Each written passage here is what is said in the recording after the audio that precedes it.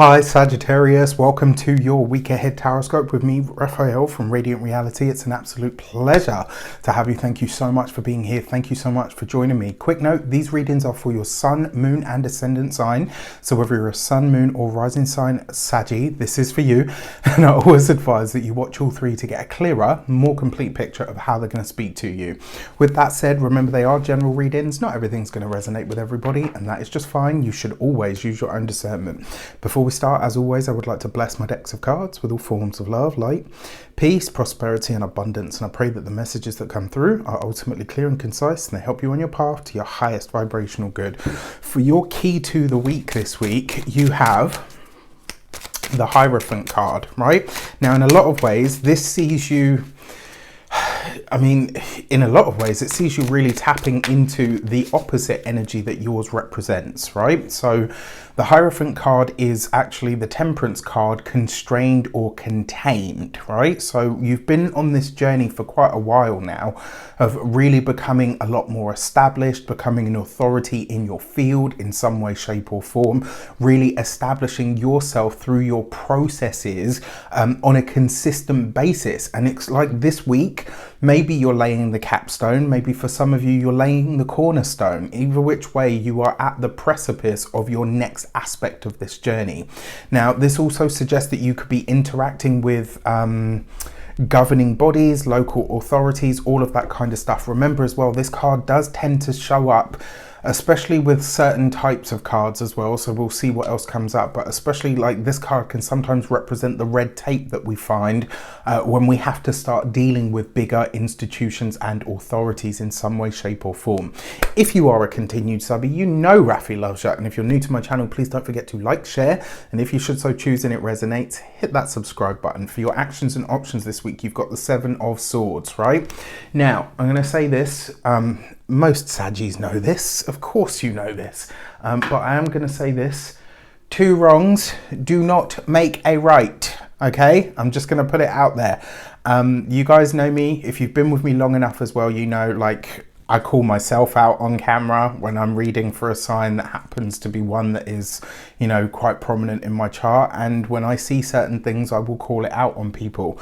If there is somewhere that you are thinking, well, a little bit of dishonesty in the face of what has been dishonest isn't so bad, this week I'm going to say to you straight up, two wrongs do not make a right. This is not like, if you've got a bone to pick, if you've got something to say, this week say it outright, because all of this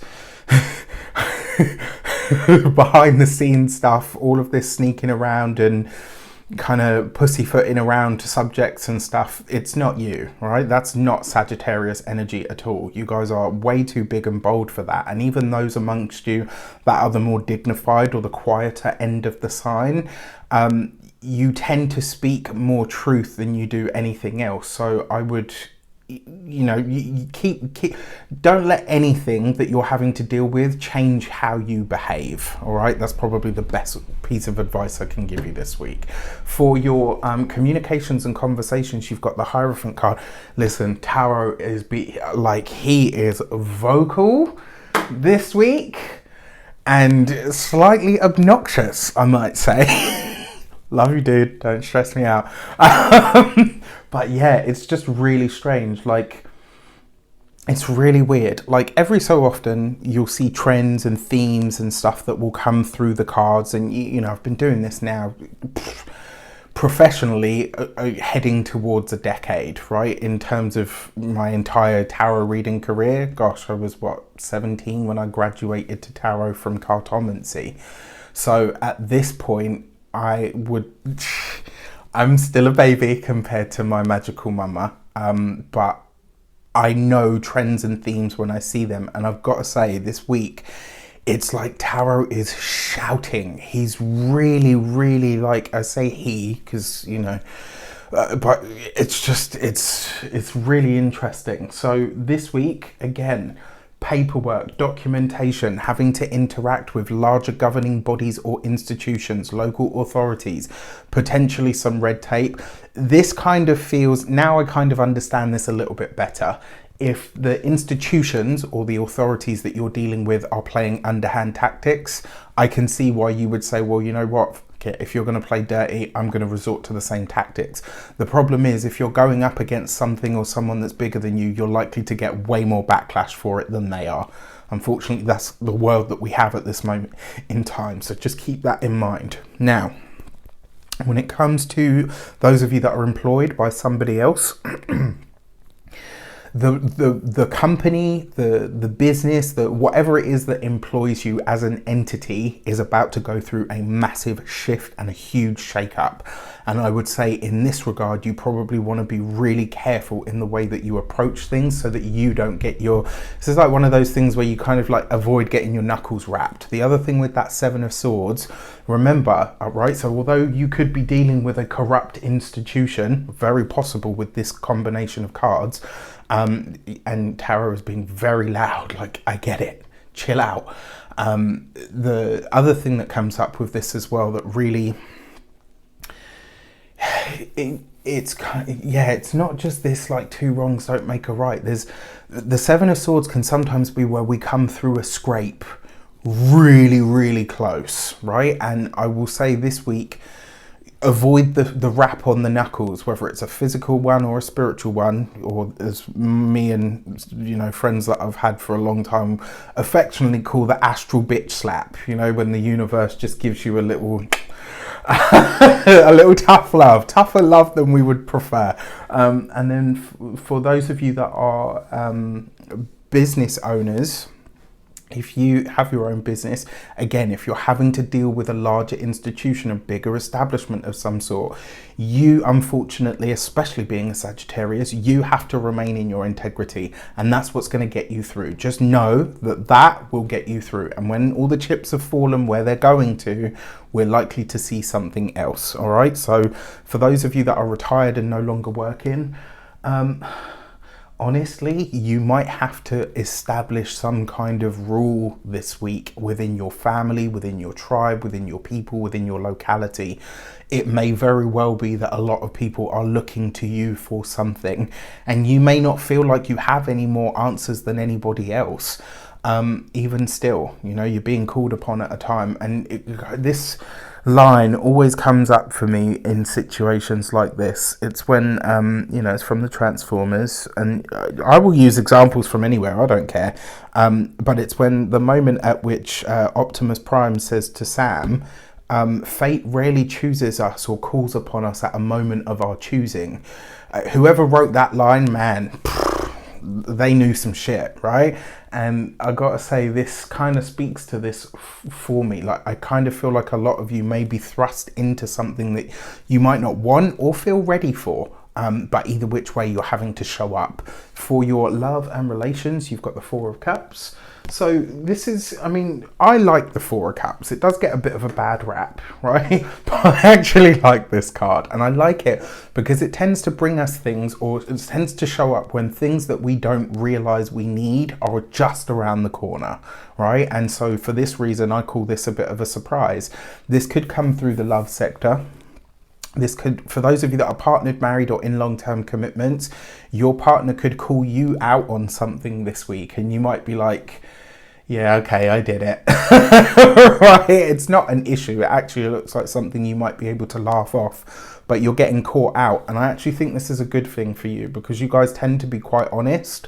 So the fact that this is coming up means that the universe is reminding you very gently, I might say, in your relationship at least, everywhere else, maybe not as gently, that you are one of the signs that can't get away with it, unfortunately, especially if you're like a life path 11. If you're a life path 11 and you're a Sagittarius, don't ever try to do anything underhand, because that shit will bite you in the ass quick. Like quick. It's crazy. I haven't got time to go into it, but yeah, for those of you that are single,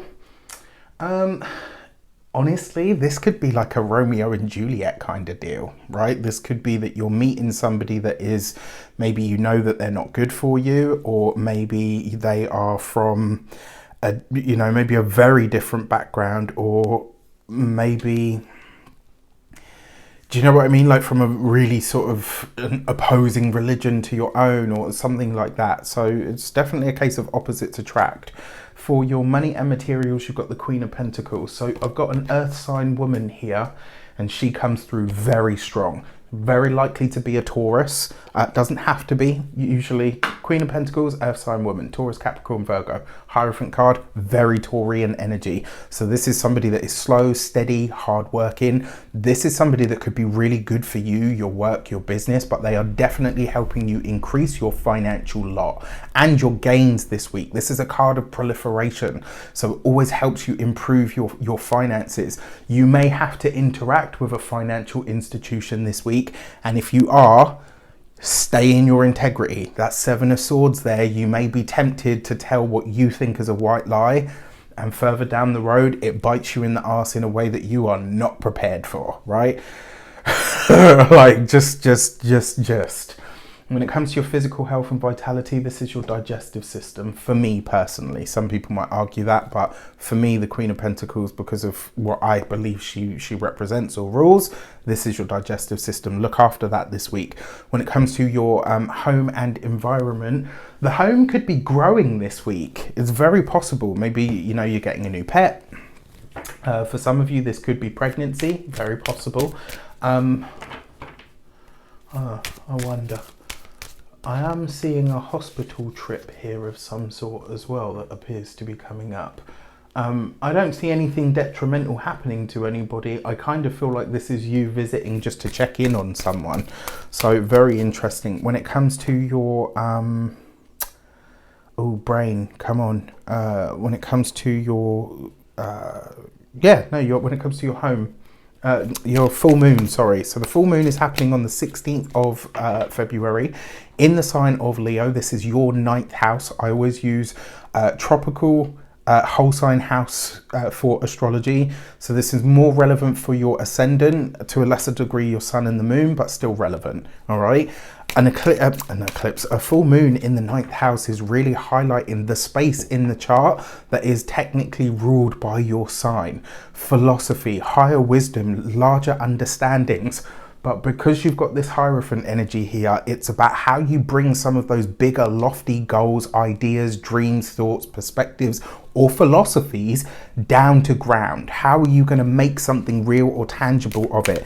This could also, because it's the 9th house is the house of higher learning and education, this could see you gaining some very deep, powerful insight in a way that really feels kind of, I want to say different, but in a way that feels a lot more structured. So for some of you, this could be changing a belief system. This could be crystallizing a belief system, or it could be highlighting where a set of beliefs or a structure of belief is actually holding you back in some way, shape or form.